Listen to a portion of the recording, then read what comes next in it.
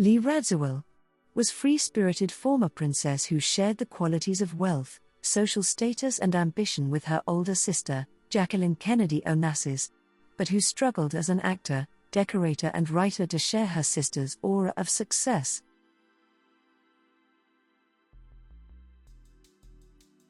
It cannot have been easy living in the shadow of one of the world's most famous women. The wife of President John F. Kennedy, and Mrs. Radziwill was hardly immune to competitive instincts. Jackie Kennedy had helped create the mystique of the 1,000 Days of Camelot, a woman who had made her new home a place of elegance and culture, who had brought babies into the White House for the first time in the 20th century. Mrs. Radziwill, the wife of a Polish émigré nobleman, Prince Stanislaw Radziwill, was an international socialite and fashion icon, who for years was on lists of the world's best-dressed women.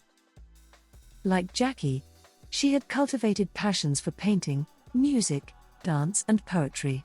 She made several attempts for professional recognition, but achieved only pale reflections of the spotlight on her sister.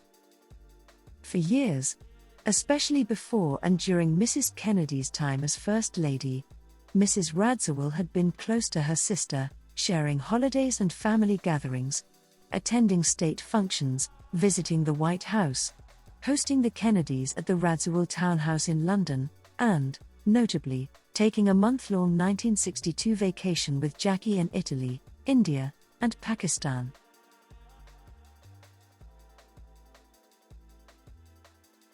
Cementing family ties, the Kennedys had named their firstborn child Caroline, after Caroline Lee, who had always been known by her middle name. Mr. Kennedy had been godfather to the Radziwills' daughter, Anna Christina. It all started to change after the president's assassination in 1963. Rushing to Washington from her home in London, Mrs. Radziwill brought sensitivity and emotional support to the crisis at hand. In the ensuing days, with the nation watching, she was a visible support for the widow in weeds, escorting her husband's body to the capital to lie in state, during the funeral at the Cathedral of St. Matthew the Apostle, and at burial ceremonies at Arlington National Cemetery. Mrs. Radziwill kept her composure until Air Force One, passing overhead, dipped a wing in salute. Then she wept. Behind the scenes, she pinned a note to Jackie's pillow, expressing love and admiration for her courage. And she helped Jackie get through the last terrible day, leaving the White House with her children and moving to the diplomat W. Averell Harriman's Georgetown house, which had been made available for Jackie and the children. After the president's death, Mrs. Radziwill helped Mrs. Kennedy resettle in New York, a few blocks up Fifth Avenue from an apartment Mrs. Radziwill had just bought. In the small world of celebrities, it is hardly surprising that Mrs. Kennedy's future husband, Aristotle Onassis, the Greek shipping magnate, had been a close friend of the Radziwills. They had hosted dinner parties in London for him, and had joined him on cruises aboard his yacht, the Christina.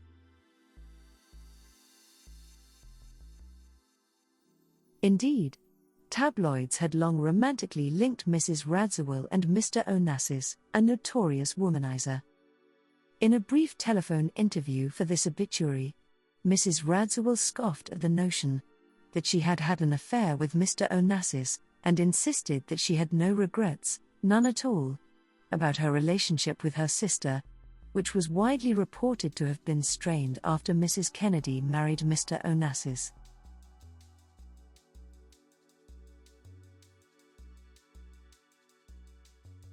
In August 1963, after Mrs. Kennedy gave birth prematurely to a third child, Patrick, who died after a day, Mrs. Radziwill called her, relaying an invitation from Mr. Onassis to recuperate on his yacht. A grieving Mrs. Kennedy, wanting privacy, accepted the invitation and, accompanied by the Radziwills, joined Mr. Onassis for an extended cruise in the Aegean Sea.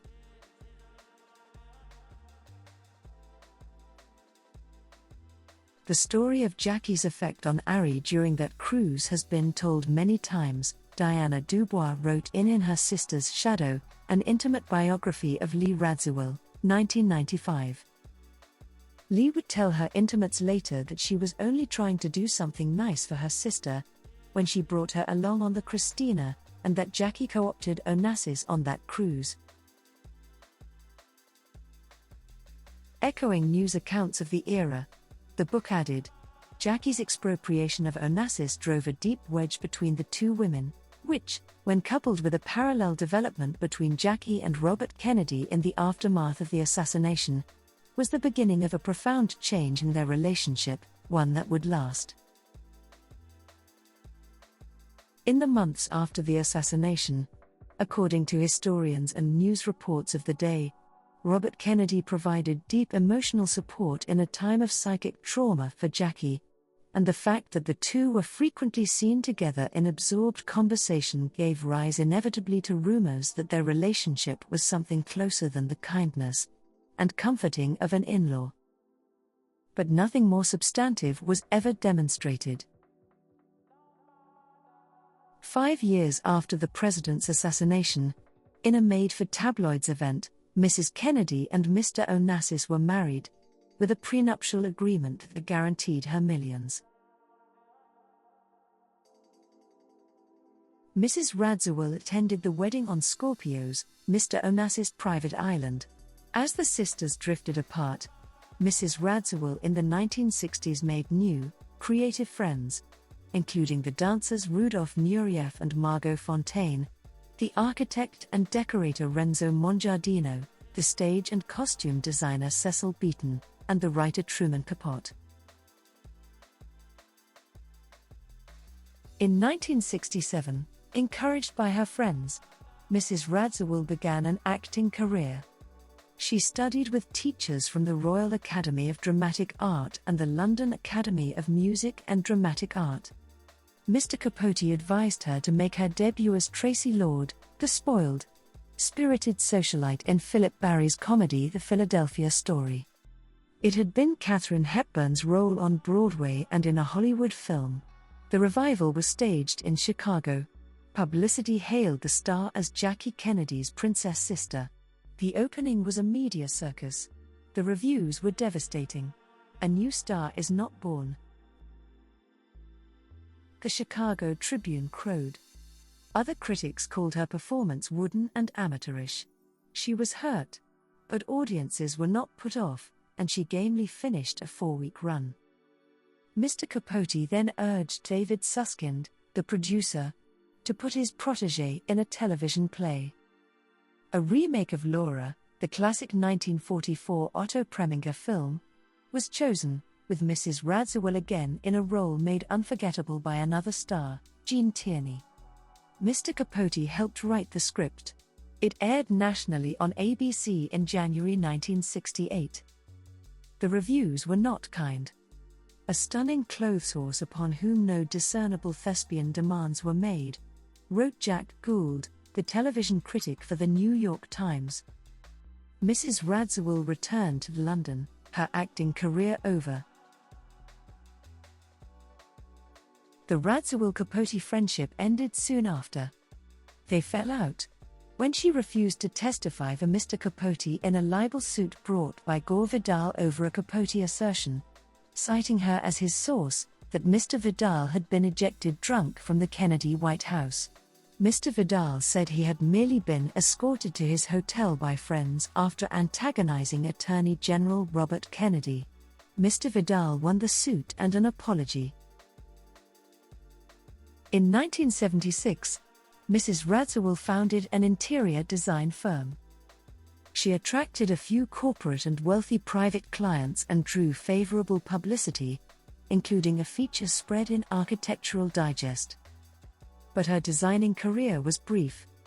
Her writing ambitions fared no better.